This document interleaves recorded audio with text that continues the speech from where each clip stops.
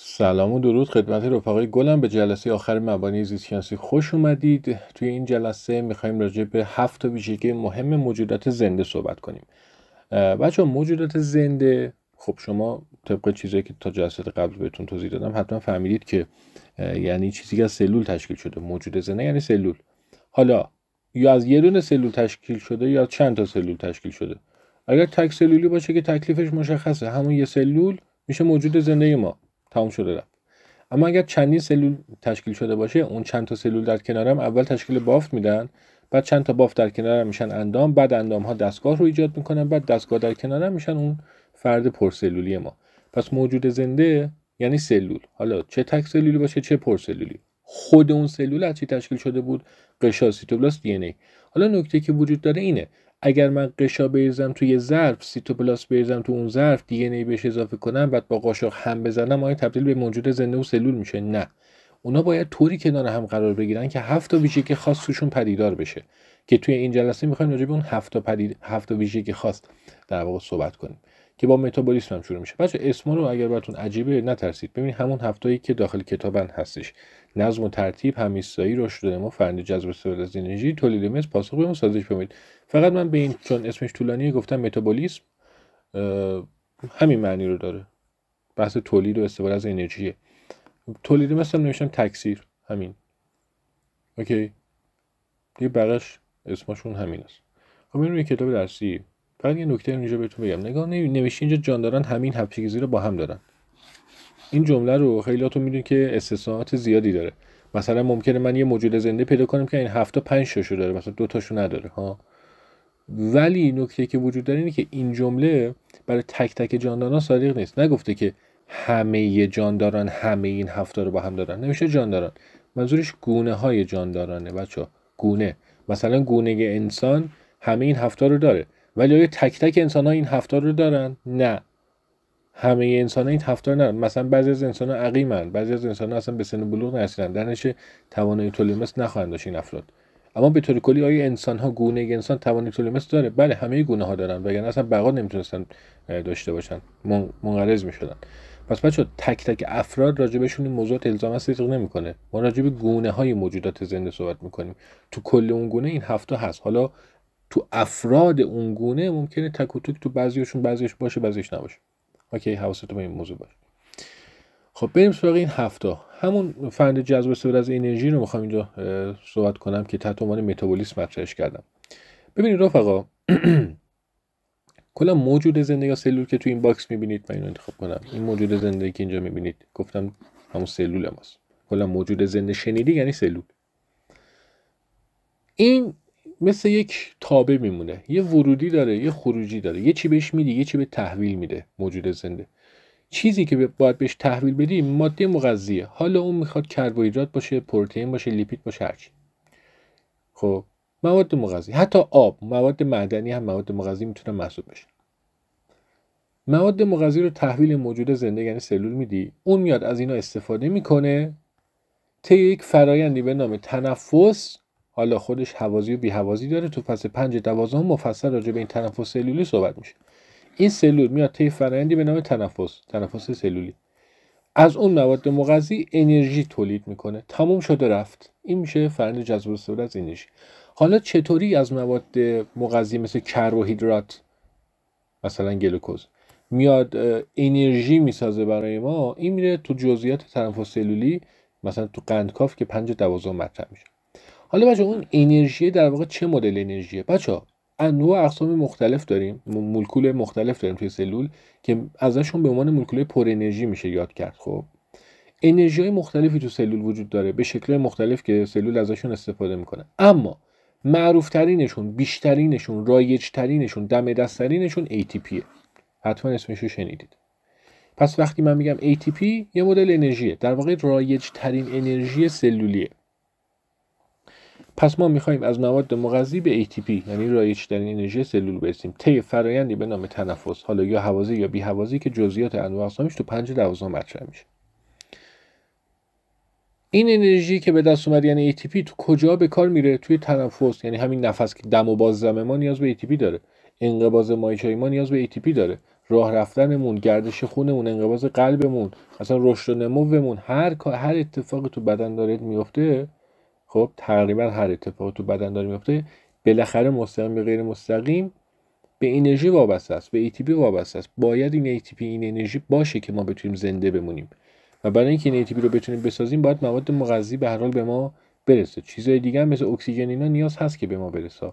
ولی منظورم اینه که به طور کلی اون ماده اصلی که ما تبدیلش میکنیم به طور مستقیم به انرژی، همون کربوهیدرات و پروتئین و لیپید و این چیزاست، یعنی مواد مغذیه. اینجا هم براتون شکلشو گذاشتم، از شکل کتاب برداشتم اینو، تو بیشتر بیان کتابه. میگه آقا جان ما غذا میخوریم، حالا اون غذا شامل پروتئین میشه، چربی میشه، کربوهیدرات میشه. اونا بعدا شکسته میشن به اجزای ساده ترشون. مثلا چربی به الکل گلیسرول و اسیدهای چربش تقسیم میشه، پروتئین به واحدهای سازندش آمینو اسید، قندهای پیچیده به قندهای ساده مثل گلوکوز تبدیل میشن. مرکب یا پیچیده همون سلولوز و گلیکوژن اینا مثلا منظورش، به قندهای ساده مثل گلوکوز تبدیل میشن. بعدش اینا میان در نهایت به چی تبدیل میشن؟ بچه‌ها به ATP طی مسیرهای مختلف. مثلا نمیشه قندهای ساده میان تو قندکافت، گلیسرول هم میاد تو قندکافت. آمینو اسیدها مستقیم قندکافت نمیشن، اما طی تغییراتی میتونن به شکل پیروات در بیان یا وارد چرخه کربس بشن و حالا مسیرهای مختلفی رو طی کنن تا تبدیل بشن به ATP. پس بچه‌ها ما هم از پروتئین میتونیم ATP بسازیم، هم از چربی، هم از کربوهیدرات. منتها نکته‌ای که وجود داره اینه که اولویت ما اینان قندها، کربوهیدرات هستن. اگر کربوهیدرات دم دست ما نبود، میریم سراغ چربی ها و پروتئین ها. چرا این کار میکنیم؟ چون بچه استفاده از چربی ها و پروتئین ها خوب نیست برای بدن، ضرر داره. اوکی تاش به ATP میرسیم، ولی پیامدهای منفی زیاد داره. مثلا چربی، همین اسیدهای چرب که حاصل از تجزیه چربی به دست میان توی خون باعث این میشن که اسیدیته بره بالا، یعنی pH بیاد پایین، خون اسیدی بشه. خوب نیست این موضوع. یا مثلا پروتئین ها وقتی تجزیه بشن به آمینو اسید، اوکی ATP به ما میدن، ولی اون پروتئین خودش برای ما مهم بوده، شاید یه پروتئین ایمنی بوده. پروتئین ایمنی تجزیه بشه تبدیل بشه به ATP، خب ATP به دست میاد، ولی خود اون پروتئین دیگه از بین رفته، ایمنیمون دچار مشکل میشه و 1001 اتفاق دیگه. پس ترجیحمون اینه که فقط از قند استفاده کنیم، ولی اگر مجبور بشیم میریم سراغ چربی‌ها و پروتئین ها. این از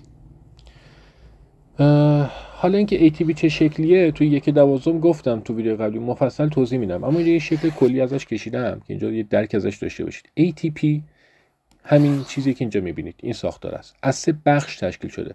بخش اول بخش باز عالی نیتروژن دارشه. بخش دوم، حالا اول دوم سوم نداره، همینجوری خودم دارم شماره میدم، شماره نداره. بخش دومش این وسطی قند ریبوزشه. بخش سومش هم گروه‌های فسفاتیش. خب بچا این باز عالی نیتروژن دارش چیه؟ روش نمیشم A یعنی آدنینه. اینم توش نمیشم R یعنی ریبوزه. چرا ریبوزه؟ چون روی کربن شماره 2 هیدروکسیل داره. اگر اکسیژنش رو حذف کنیم تبدیل میشه به د اکسی ریبوز، ولی چون این اکسیژن سرجاش داره میشه ریبوز.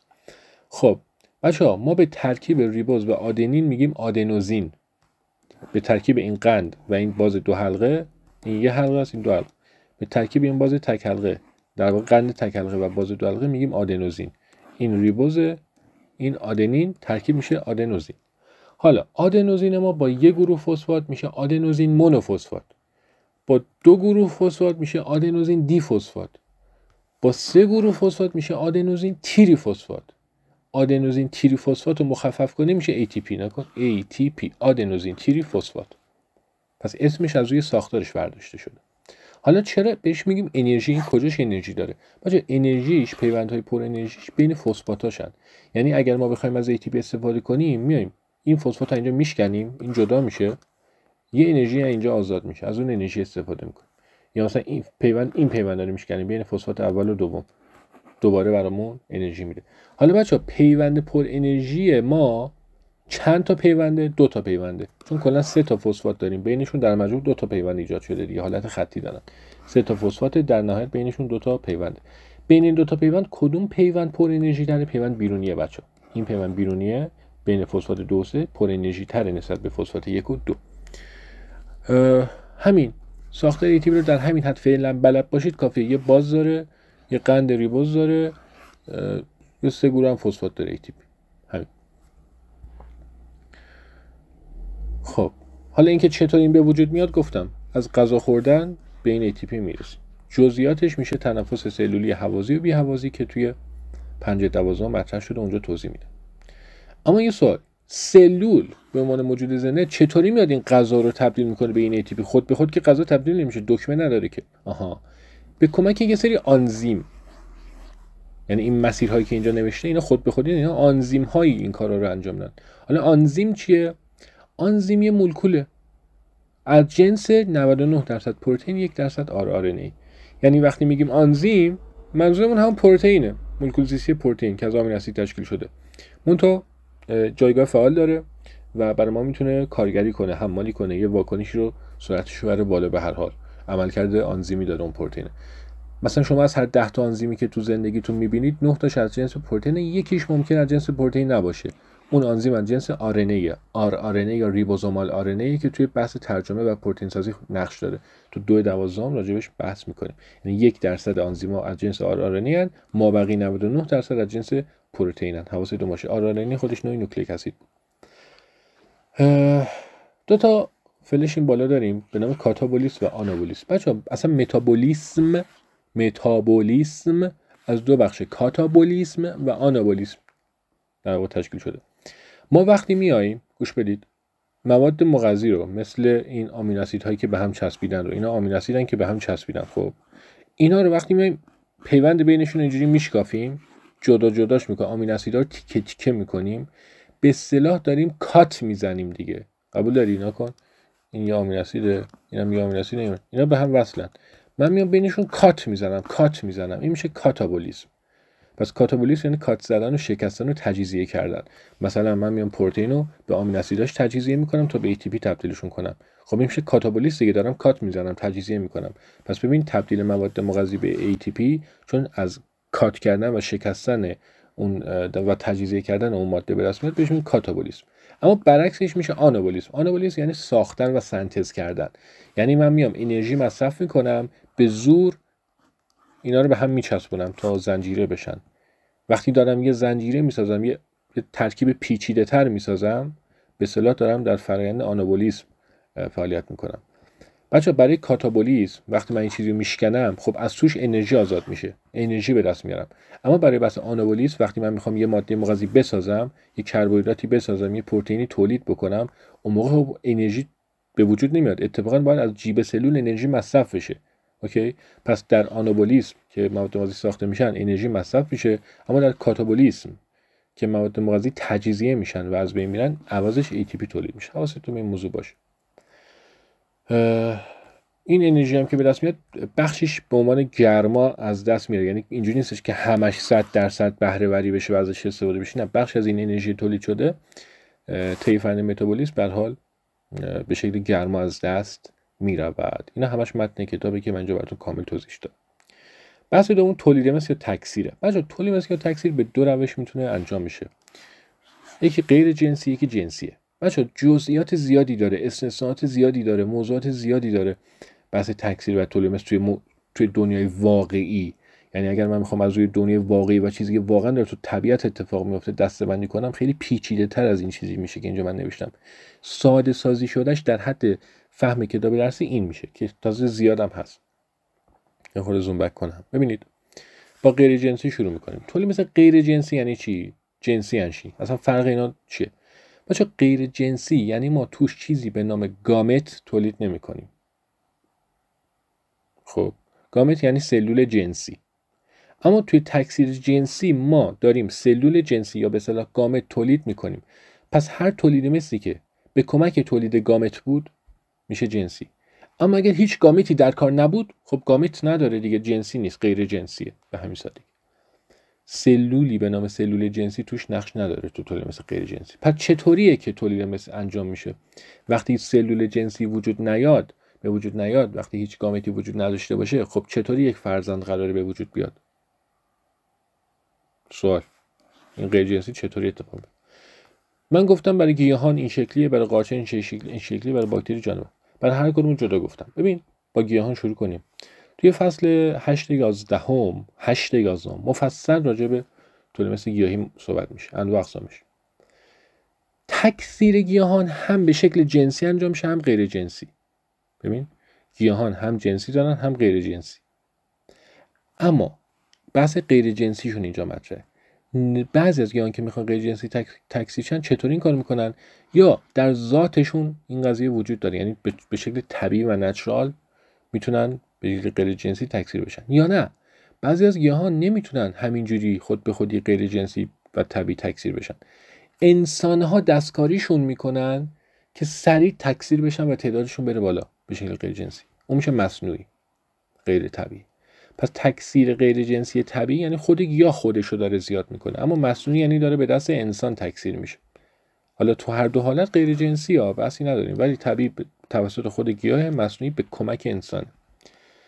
تکثیر غیر جنسی طبیعی در گیاهان یا به کمک ریشه گیاه انجام میشه یا ساقه گیاه یا برگ گیاه، که این ریشه ساقه برگ خاصن. یعنی چه خاصن؟ یعنی اختصاصی شدن برای همین تکثیر غیر جنسی. توی کتاب درسی راجع به ریشه فقط ریشه درخت آلبالو رو مثال میزد، برای برگ اصلا مثال نمیزد، برای ساقه ولی مثالای زیادی میزد. ریزوم، ساقه رونده توت فرنگی یادت باشه، ریزوم زنبق مثلا، قده سیب زمینی، پیاز، نرگس، لاله، اینا گیاهانی هستن که ساقه ها، اینا ساقه اختصاصی هستن که توی یه سری گیاهان کمکشون میکنن اون گیاه تکثیر بشه. مثلا از قده یه سری در واقع جوانهایی میزنه بیرون که اون جوانها اگر تو شرط مناسب قرار بگیرن هر کدوم تبدیل به یک گیاه کامل میشن. یعنی همون ساقه، یه بخشی از ساقه تبدیل میشه به یک گیاه متفاوت و جدید. اوکی؟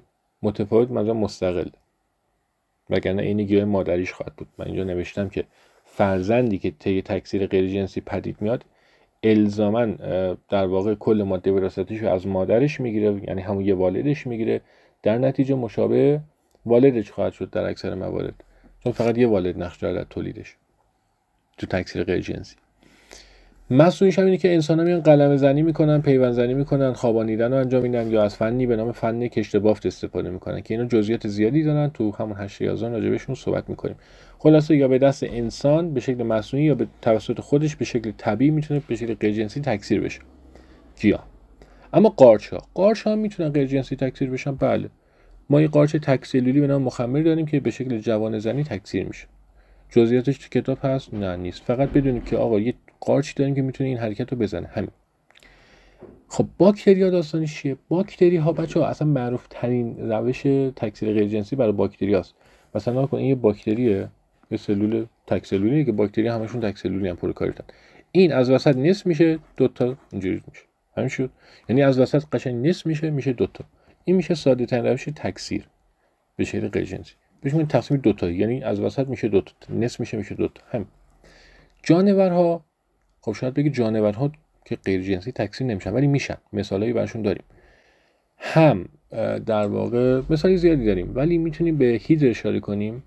هیدر که به شکل جوان زنی تکثیر میشه، شبیه همون مخمر، ولی این پرسلولی یا هیدر پرسلولی، اما کوچولوه، در حد چند میلیمتر و سانتی متر اندازه کوچیکی داره. یا مثلا پلانریا یه نوع کرم پهنه، میتونیم به این اشاره کنیم که با قطع قطع شدن تقسیم میشه. خیلی جالبه. پلانریا همچین شکلی داره. خب پلانریا اینو مثلا سرش فرض کنیم، اتفاقی میفته چیه؟ اتفاقی میفته اینه اگر نصفش کنیم، این نصفش جدا میشه ازش اینجوری، اون نصف دیگه‌ش هم اینجوری هم. مثلا سرش که اینجا بود، ولی این تیکه دومش برای خودش سر در میاره، تبدیل میشه به یه پلانریا جدید. این میشه تیکه تیکه شدن، قطع قطع شدن. خب در حال بعضی از موجودات زنده این شکلی هم میتونن تکثیر بشن. پس جانورها، باکتریا، قارچ‌ها، گیاهان، اینا همه میتونن به شکل غیر جنسی تکثیر بشن. نکات مهمی که راجع به تکثیر غیر جنسی باید بدونید همینه. فقط یه والد نقش داره تو تکثیر غیر جنسی. اینجوری نیست یه پدر باشه یه مادر، نه، یه موجود زنده به تنهایی بچه‌هاشو به دنیا میاره. فرزندی که حاصل میشه طی تولید مثل غیر جنسی، کل دی ان ایش، یعنی کل ماده وراثتیش، چون فقط یه والد نقش داره، از همون یه والد کل دی ان ایش رو گرفته، والد دومی اصلا وجود نداره. این مورد آخرم که مشخصه دیگه، جنسیت فرزند الزاما مشابه والد نخواهد بود. بچه‌ها استثناش حقیقتا در سطح درک و فهم و شعور کتاب درسی نیست. من اینو اصلاح میکنم چون بهتره بگیم خواهد بود. خب خواهد بود، درسته دیگه؟ آره خواهد بود. چرا خواهد بود؟ چون بچه‌ها فرزند فقط از یک والد داره شکل میگیره. خب اون والد کل ژنومش، ببین اون فرزند کل ژنومش رو از اون والده میگیره به تنهایی. خب یعنی کسی دیگه‌ای دخیل نیست تو به وجود اومدش، همون یه شخص والد، حالا نر باشه یا ماده که 99% ماده است، در تشکیل اون بچه نقش داره.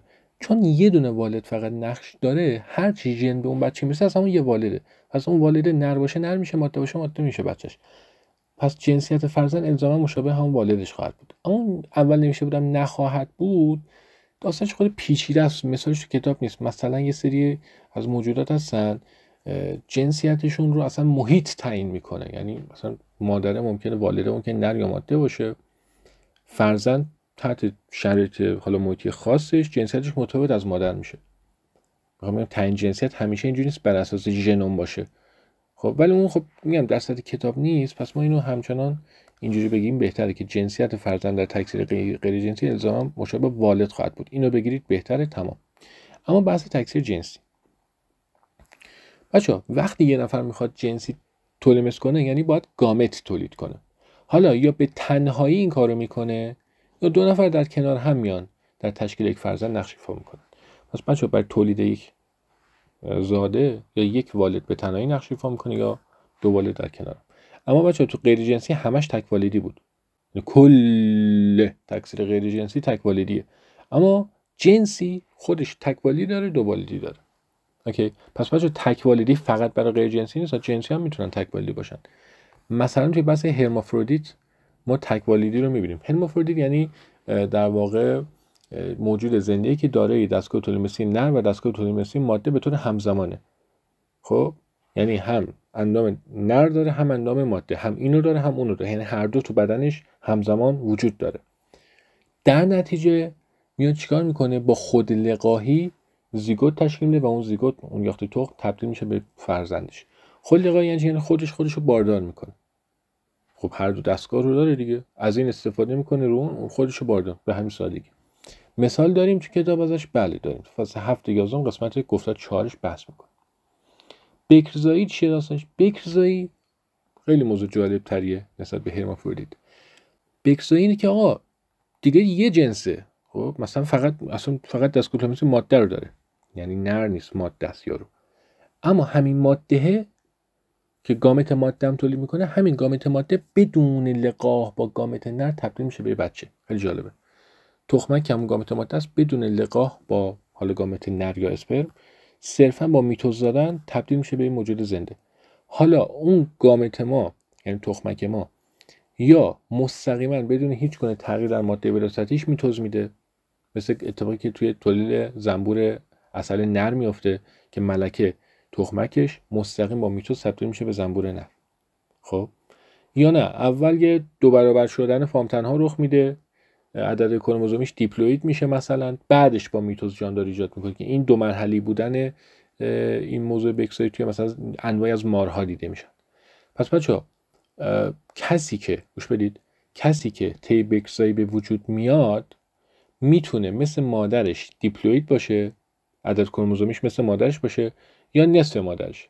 پس خیلی موضوع ما میاد موجودی که طی بکسایی پدید میاد اوکی تک والدی، یعنی یه والد به تنهایی طی بکسایی اون بچه رو به وجود آورده. آیا اون بچه چون فقط از یک والد به وجود اومده ژنومش 0% شبیه مادرشه؟ خیر، ممکنه نصف ژنوم مادرش رو داشته باشه، نه کل ژنوم. اوکی، حتی اونی هم که مثلا دیپلوید میشه تو مارها کل ژنوم مادر رو نداره، نصف از مادر گرفته، حالا همون نصف رو دوبلش کرده.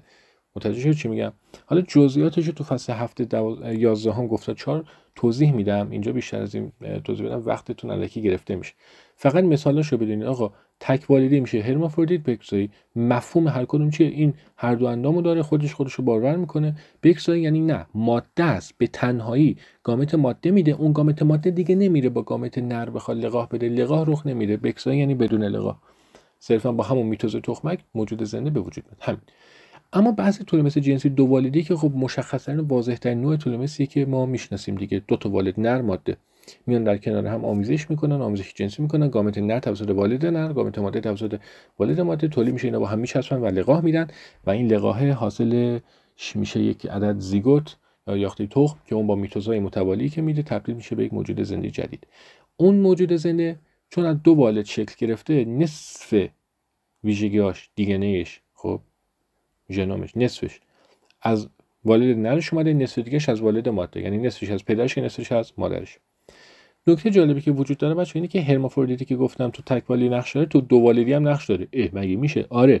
هرمافرودیت یعنی چی؟ هرمافرودیت یعنی آقا کسی که هر دو اندام رو داره همزمان.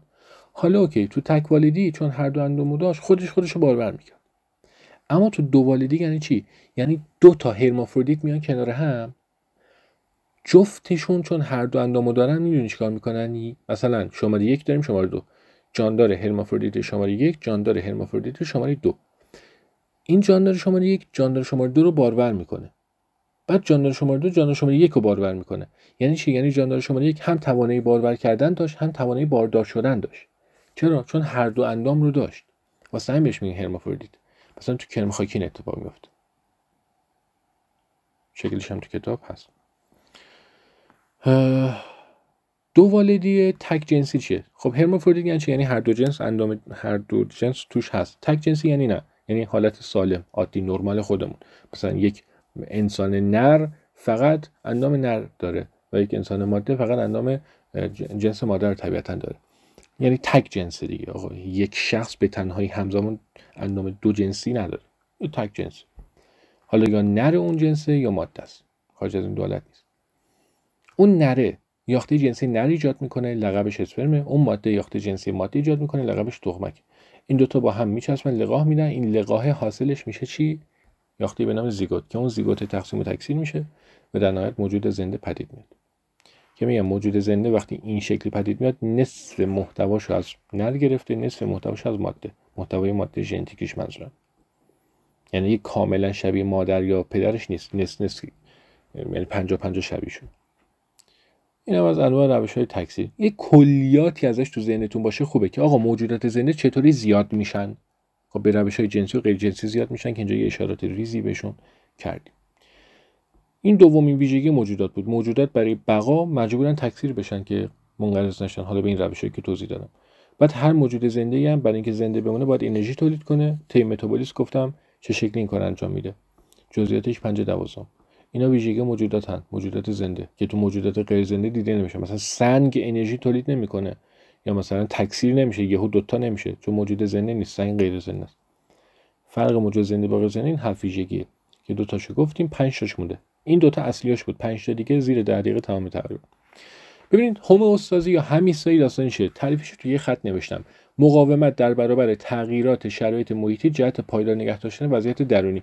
تعریف کتاب درسی چیه؟ اینه که جاندار میتونه وضعیت درونی پیکر خود در محدوده ثابتی نگه داره. همین. به پایدار نگه داشتن وضعیت درونی جاندار میگن همیستایی. منم همون رو نوشتم دیگه. پایدار نگه داشتن وضعیت درونی چطوری؟ با مقاومت در برابر تغییرات شرایط محیطی. اما ساده توضیح بدم. این شکلی که اینجا کشیدم یه نگاه بندازید. این فرض کنید یه موجود زنده است، یه تک سلولیه. خب فرض کنید این اعدادی که اینجا نوشتم مثلا اعداد مربوط به فشار اسموزی مایع دورو. اسموزی ولش کن. فشار آبه. مثلا داخل این آب است، بیرون اینم آب است. فشار این آب داخل 8 حالت عادی. خب فشار آب بیرونش هم 8. یعنی فشار آب داخل سلول و بیرون سلول جفتش 8 ثابته، با هم برابر. در نتیجه سلول تو حالت طبیعی قرار داره. یعنی چی؟ یعنی آب اضافی بهش وارد نمیشه، آب اضافی هم ازش خارج نمیشه. 8 آب توش، 8 آب هم بیرونه. کاملا اوکی. اما فرض کن این آبی که بیرون سلوله طی تغییر شرایط محیطی مقدارش غلظتش بره بالا. خب مثلا مواد بیشتر توش حل بشن، غلیظ‌تر بشه. مثلا میشه 20 واحد. چه اتفاقی میفته؟ یا مثلا این اعدادی که اینجوری مثال زدم اون بهتره با غلظت نگم. فرض کنید مثلا 20 از 8 تبدیل میشه به 20 واحد مولکول آب. یعنی اول 8 تا مولکول آب داشتیم، الان 20 تا مولکول آب داریم.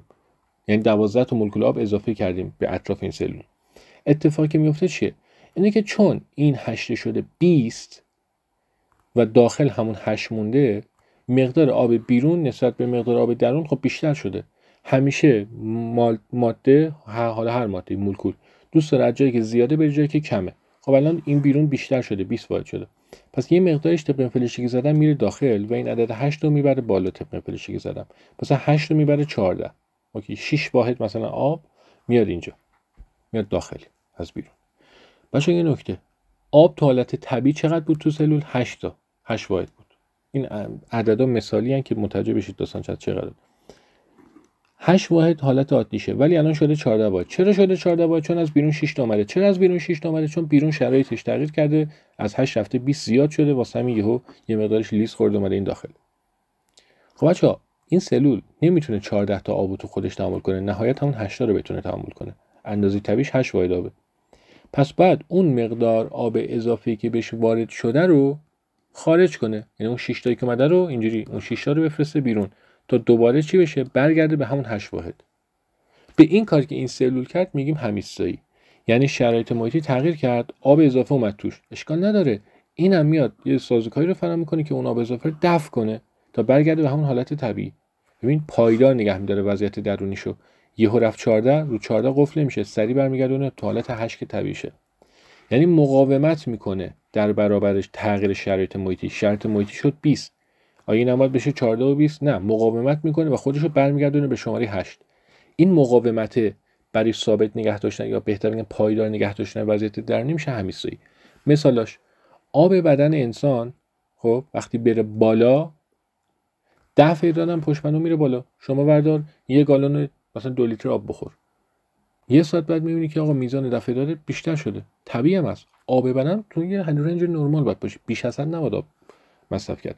یا مثلا آب بدن کم بشه، مثلا ورزش کنی، آب ننوشی، عرق کنی، آب بدن از بین بره، اون موقع وقتی بخوای ادرار کنی که میزان دفع داده کمه و خیلی هم غلیظه. چرا؟ چون آب بدن کمه، نباید با ادرار بیشتر از اینی که هست کمتر بشه. پس بنابراین ما میایم میزان دفع داده کم میکنیم که آب بدن حفظ بشه. مثلا دمای بدن، شما تب که میکنی دمای بدن میره بالا، دقت کردی عرق هم میکنی دیگه، ترشح عرق هم میره بالا برای اینکه خنک‌تر بشه. اما دمای بدن که بیاد پایین، مثلا بدن سرد باشه، هوا فرض کن خنک، دمای بدن تو اومده پایین، اون موقع تو هم عرق نمیکنی دیگه، دور و برت خنک، بدنت خنک، بچه باید عرق کنه، عرقت میاد پایین. پس ببین اینکه ترشح عرق متناسب با دمای بدن تغییر میکنه یعنی چی؟ یعنی ما داریم در برابر شرایط محیطی مقاومت میکنیم که اون وضعیت درونی بدن رو توی رنج ثابتی نگه داریم. مثلا آقا ما اگر دمای بدنم 37 دیگه تو حالت نرمال، اگر بشه 40 3 درجه بره بالا، خب خوب نیست، تب کردیم. پس چطور میتونیم برگردونیم به همون 37؟ ترشح عرق، خنک میکنیم خودمون. پس ببین همه چی داره در راستای این پیش میره که برگردیم حالت نرمال خودمون. مثلا غذا میخوری، قند خونت میره بالا، خب ترشح انسولین میره بالا که اون قند خون چی بشه؟ جذب سلولا بشه، کاهش پیدا کنه مقدارش تو خون. یا وقتی که این اتفاق افتاد و قند خون کم شد، خب دیگه نیاز نیست انسولین بره بالا دیگه، درسته؟ پس انسولین هم میزان ترشحش میاد پایین. این همین مثالایی از همیستایی بچه‌ها که آقا فلان اتفاق اگر بیفته، قند خون بیش از حد عادی بشه، مثلا قند خون تازه غذا خوردیم خیلی رفته بالا، این خوب نیست، سریع انسولین میره بالا که قند خون بیاره پایین، برگردونه حالت نرمال. اینا همش مثالایی از همیستایی. خودتونم اگر مثال چیزی تو ذهنتون هست چندش کامنت کنید برام. این همیستایی رو بچه‌ها هم تو موجودات تک سلولی می‌بینیم، هم موجودات پرسلولی. کلا همه موجودات زنده باید همیستایی رو داشته باشن، چون بچه‌ها اگر همیستایی به هم بخوره بیماری به وجود میاد. اصلا تعریف بیماری یعنی برهم خوردن همیستایی. نه همه بیماری‌ها، اما 99% بیماری‌ها، خیلی از بیماری‌ها چرا به وجود میان؟ به خاطر همین به هم خوردن همیستایی. پس مهمه. همیستایی تک سلولی یعنی چی؟ یعنی آقا همون سلول یه تنشی بین داخلش و محیط اطرافش وجود داره. همین مثالی که اینجا زدم، یه تنشی وجود داره. این تنشه باید کنترل بشه. مثلا گفتم اینجا مثال، آب محیطش بره بالا، ممکنه آب درونش هم بره بالا، اما سریع باید طی مکانیزم آب درونش که رفته بالا رو کمتر کنه و برگرده بالا حالت نرمال. این تنشه رو باید سریع رفع کنه. تنها درگیری که این سلول داره، چون از یه دونه سلول بیشتر تشکیل نشده، با محیط دور و برش. خب محیط بیرونش همون یه محیط بیرونه و یه خودش دیگه، حالت دومی نداریم، یعنی هیچ شخص دومی اینجا وجود نداره. اما توی پرسلولیا بحث متفاوته، چون دیگه یه دونه سلول به تنهایی نیست، میلیاردها سلول در کنار هم قرار گرفتن. اونجا ما دو مدل بحث تنش داریم. یه تنش بین درون خود اون سلول و بیرونشه که اون بیرونش میشه مایع میان بافتی. مایع میان بافتی بچه‌ها باز هم جزئی از بدن موجود زنده است. دقت کنید وقتی میگیم بیرون سلول، خب بیرون سلول تو تک سلولی میشه محیط بیرون. که جزئی از اون موجود نیست. خب اما تو پرسلولی ها محیط بیرون سلول باز جزئی از همون خود پرسلولیه، چون هم مایع میان بافتیه. مثالی که تو بالاتر زدم بذار اون رو بیارم، مایع میان بافتی اینجا کشیدین نکن، این پرسلولی. مثلا بیرون این سلول میشه این فضایی که این لالوها هست. این فضایی که این لالو هست مایع بین سلولیه، مال خود اون موجود زنده است، مال محیط بیرون نیست. متوجه شدیش میگم؟ پس از این جهت با هم تفاوت دارن. محیط بیرون سلول تو تک سلولی خب واقعا محیط بیرونیه، وگرنه توی پرسلولی محیط بیرون سلول همچنان جزئی از کل اون موجود زنده محسوب میشه. پس همچنان یه تنشی بین اون درون و بیرون وجود داره، هرچند اون بیرون همون مایع میان بافتی محسوب میشه که جزئی از خود اون موجود زنده است. یکی اینه، یکم همکاری دستگاه‌های مختلف برای ایجاد تعادل در سطح اندام و بافته. یعنی چی؟ همین مثالی که اینجا زدم، بچه‌ها دمای بدن بره بالا، مثلا مرکز این تنظیم دمای بدن تو مغز تحریک میشه. خب این تحریک بشه، دستور ترشح عرق به غدد عرق توی پوست ارسال میشه. ببین از اندام‌های ما، از بافت‌های مثلا همه درگیر شدن. دمای مثلا اون گیرنده‌های حس دمایی تحریک شدن، اون غدد عرق سطح پوست تحریک شدن، یافته‌های عصبی مغز تحریک شدن. ببین بافت‌های مختلف، اندام‌های مختلف درگیر شدن که همه در واقع سعی میکنن که دمای بدن رو برگردون به همون حالت سیاف درجه اول. این میشه همکاری دستگاه مختلف. یعنی دیگه یه دونه سلول به تنهایی اینجا دنبال برقراری همیسایی نیست. مدل‌های مختلف از سلول‌ها، بافت‌های مختلفی هستن که با همکاری همدیگه به همیسایی کل پیکر و موجود زنده کمک میکنن. چون تو پرسلولی اسمش پر از سلوله، ما باید کل در واقع این پیکر موجود زنده رو در نظر بگیریم و سعی کنیم همیسایی کل و موجود زنده حفظ بشه. قرار نیست صرفا به همیسایی تک تک سلولاش یک جا نگاه کنیم، گاهی به در واقع یک اجتماع نگاه میکنیم که مثلا 1000 تا سلول در کنار هم تشکیل یک ساختاری دادن که اون ساختار باید همیساییش حفظ بشه، هم تک تک اون سلول‌ها هم کل اون ساختاری که اون سلول پدید آوردن. واسه همین برقراری همیسایی توی موجودات پرسلولی پیچیده‌تر از تک سلولی، چون تک سلولی فقط داخل خودش رو داره و سلام. اما پرسلولی بجز اینکه تک تک سلول‌ها باید بس همیساییشون مطرحه، در واقع اون اندام‌هایی که ایجاد میکنن هم همیساییشون مطرحه. از این جهت باید به این موضوع هم توجه بفرمایید. این از موضوع همیسایی. بحث رشد و نمو. بچه رشد یه معنی داره، نمو یه معنی داره، اما همواره این رشد و نمو با هم رخ میدن. یعنی وقتی نمیشه گفت همواره رشد با نمو، اما همواره نمو با رشد رخ میده. حالا اینو برای اینکه درک کنید باید تعریف هر کدومو جداگانه بلد باشید. رشد یعنی چی؟ رشد یعنی افزایش برگشت ناپذیر. افزایش برگشت ناپذیر چی؟ یا ابعاد سلول یا تعداد سلول. یعنی چی؟ یعنی این سلول میخواد رشد کنه، خب یا باید اینجوری بشه، اندازش با این بشه رشد.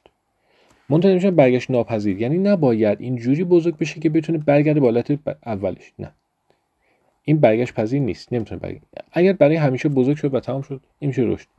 یا نه تبدیل میشه به 2 تا دونه، این تعدادش رفته بالا، اندازش زیاد نشده، اینم میشه رشد. دیگه این تعدادش که بره بالا دوباره نمیتونه تعدادش برگرده به حالت اول. خلاصه یا اندازش یا تعدادش باید بزرگ بشه، اونم به شکل برگشت ناپذیر. اگر برگشت پذیر باشه رشد نیست. مثلا تورژسانس تو یاخته گیاهی اینجوری که آب میره تو یاخته، این پف میکنه. خب این آب بره بیرون، این دوباره برمیگرده اندازش کوچیک میشه. یاخته گیاهی تورژسانس اندازشون بزرگ میشه، اما با پلاسمولیز اندازشون برمیگرده به حالت عادی. پس تورژسانس رشد نیست، چون موقته. افزایش برگشت ناپذیر و دائمیه که میشه رشد، حالا یا از نظر ابعاد یا از نظر تعداد. بعد یه سوال، ما وقتی یه تک سلولی داریم، این تک سلولی ما خودش به تنهایی یک موجود زنده است، درسته؟ این تک سلولی ما اگر تکثیر بشه 2 تا، آیا رشد کرده؟ نه، رشد محسوب نمیشه. این بحث تکثیر محسوب میشه. گفتم نگاه کن، این بالا رو بیاریم، بحث تکثیر رو بیاریم. ببین تکثیر باکتری ها با تقسیم 2 تایی بود. یعنی چی؟ یعنی یه باکتری تک سلولی کافی از وسط با تقسیم 2 تایی تبدیل بشه به 2 تا سلول. این یه تک سلولی وقتی تبدیل میشه به 2 سلول، اینجا نمیگیم تعدادش رفته بالا پس رشد کرده، نه، اینجا میگیم تکثیر شده. وقتی باکتری از وسط 2 تا بشه، این باکتری عملاً تولمس کرده، 2 تا شده. هر کدوم این 2 تا یه موجود مستقلن.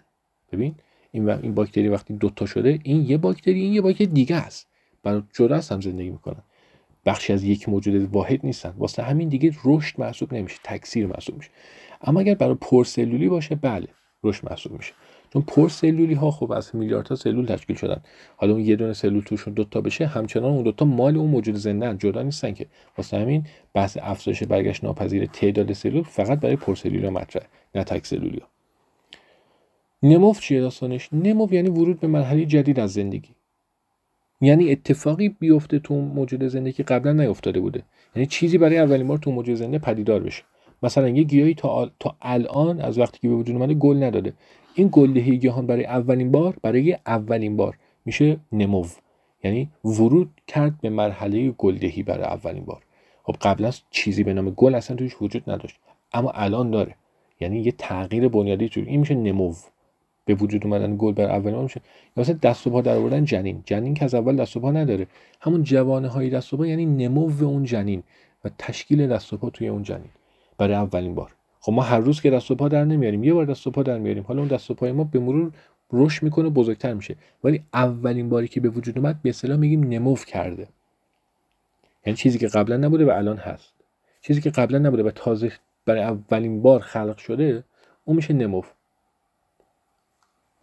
حالا من اینجا نوشتم نمو همواره با رشد رخ میده. مثلا بچه‌ها گلدهی گیاهان اوکی، اگر بخواد برای اولین بار گل بده اون میشه نمو، اما آیا میتونه بدون تقسیم سلولی این کارو کنه؟ نه.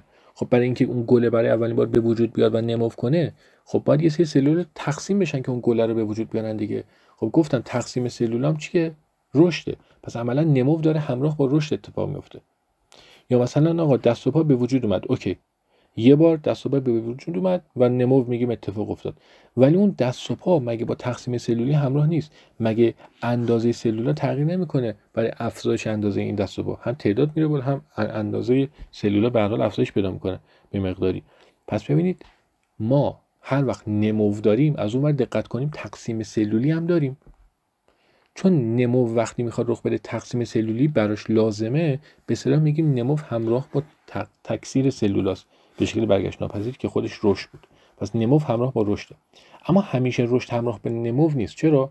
چون مثلا فرض کن دستت زخم شده، پوستت بریده شده، سلول اون ناحیه تقسیم میشن، پوستتو ترمیم میکنن. خب اون تقسیم تو اون ناحیه رشده، چون تکثیر سلول گفتیم رشد محسوب میشه دیگه اینا.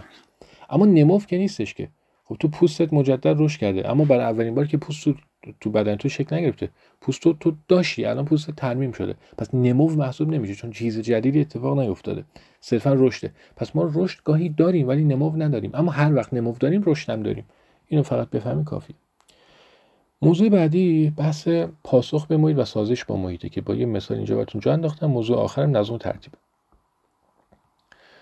ببین ما یه پاسخ به محیط داریم، یه سازش با محیط داریم. این دوتا ممکنه به جای همدیگه در واقع تو ذهنتون قاطی بشن. داستانشون چیه؟ نوشتم پاسخ به محیط سریعه، اما سازش با محیط زمان بره. اولین و مهمترین تفاوتشون اینه، پاسخ به محیط سریعه اما سازش با محیط زمان بره. یعنی چی؟ ببین وقتی میگیم پاسخ به محیط، کی داره به محیط پاسخ میده، ریاکشن میده؟ خود جاندار، خود اون موجود زنده. مثلا یک گیاهی رو تصور کن، جلوی نور خورشید قرارش داریم، نور یک طرفه داره از سمت راست بهش برخورد میکنه، این ساقش به سمت نور، به سمت راست خم میشه. چرا؟ توی فصل 9 زیست 11 با اکسین ها که آشنا بشید اونجا میفهمید چرا، ولی این اتفاق میفته. خب این پاسخ اون خود اون موجود زنده، خود اون گیاه به عامل محیطی نوره، به اون محیط نوره. پس دقت کن، پاسخ به محیط یعنی خود اون جاندار به اون عامل محیطی به طور مستقیم و خیلی سریع پاسخ میده. اما وقتی میگیم سازش با محیط، این زمان بره، یعنی قرار نیست یه دونه موجود زنده به تنهایی در طول زندگی خودش با محیط سازگار بشه. نه، اون تکثیر میشه، یعنی تولمس میکنه و چند نسل بعدترش با محیطی که اون توشه سازگار میشن. خودش با محیط سازگار نمیشه. مثلا موهای سپید خرس قطبی، خرس قطبی موهای سفیده. چرا موهای سفیده؟ چون تو برفا بتونه استتار کنه و راحت‌تر شکار کنه. آیا موهای خرس قطبی اول قهوه‌ای بوده یهو سفید شده؟ مثلا یه خرسی گذاشتیم تو برف موش قهوه‌ایه، این دیده اینجا قهوه‌ای به درد نمیخوره، دکمه زده سفید شده. نه، اون موجود خودش پوستش سفید نشده، پوست رنگ در واقع رنگ موهاش. پس چطوری سفید شده؟ این خودش قهوه‌ای بوده. مثالش اینجا براتون گذاشتم. مثلا شما فرض کنید ما چند تا موجود داریم اینجا، چند تا است؟ 1 2 3 4 5 6 7 تا. این 7 تا 5 تاش مشکیه، 2 تاش چیه؟ سبز، فسفوری. درسته؟ محیط تغییر میکنه بچه‌ها، محیط تغییر میکنه. وقتی محیط تغییر کنه، برای سبزا محیط فراهمه، اوکی، خوبه، اما برای مشکی‌ها محیط خیلی نامناسب میشه. یعنی تغییر محیطی جوریه که به ضرر مشکی‌هاست. پس بچه‌ها محیط چون تغییر کرده و به ضرر مشکی‌ها دوام نمیارن و از بین میرن، اما سبزا باقی میمونن. پس با تغییر محیط اون 2 تا سبز باقی مونن.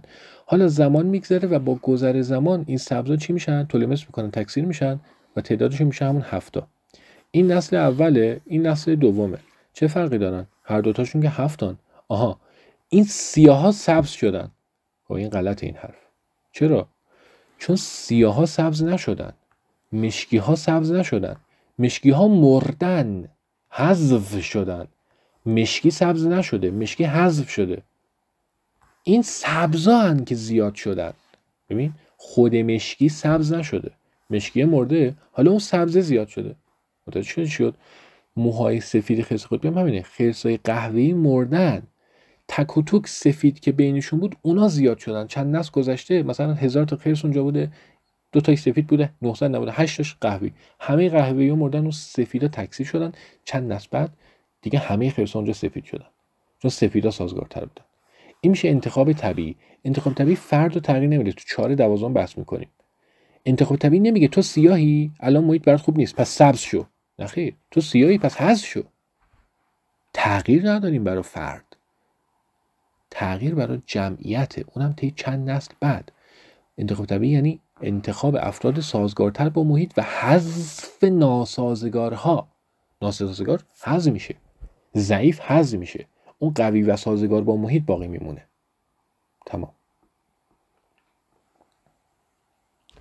بس نظم و ترتیب خیلی ساده است. نظم، ترتیب. این ترتیب همون سطوح سازمانیابی حیات بچه‌ها که توی کتاب این 10 تا سطح که 3-4 تاش اینجا بهتون توضیح دادم جلسه قبل. گفتم این تحلیل کامل این شکل رو تو فصل 1 دوام براتون انجام میدم. به هر حال همه موجودات زنده توی یکی از این 10 تا سطح حداقل جایی میگیرن دیگه. مثلا همشون حداقل یه دونه سلول رو دارن دیگه. حالا اون یه دونه سلول در کنار بقیه سلولات جمعیت رو تشکیل میده، ولی دیگه چیزی به نام بافت و دستگاه اندام نداره. میخوام بگم که تک سلولی‌ها مثلا باکتری‌ها جمعیت دارن، اجتماع دارن. خب باکتری کنار هم جمعیت تشکیل میدن، اما باکتری بافت اندام دستگاه ندارن چون از یه واحد سلول بیشتر تشکیل نشدن. پس میخوام بگم چه تک سلول چه چند سلولی بالاخره یه سطوحی از این سازمانیابی رو داره، یعنی یه ترتیبی رو بین اون 10 تا سطح داره. اما بحث نظم یعنی چی؟ نظم بچه‌ها به 2 بخش درون سلولی و برون سلولی تفکیک میشه. نظم درون سلولی یعنی چی؟ یعنی تعامل و همکاری اندامک‌ها و مولکولات در درون اون سلول. خب نظم درون سلولی اسمش روشه. داخل سلول باید یه نظمی باشه، اندامک‌ها باید درست کار کنن، همکاری کنن با هم، تعامل کنن با هم. اون مولکولا که مثلا آقا اینجا مثالش رو چیزه گفتم، آقا ما یه دی ان ای داریم، از روی این دی ان ای ما آر ان ای میسازیم. طی فرآیند رونویسی تو فصل 2-12 بحث میکنیم.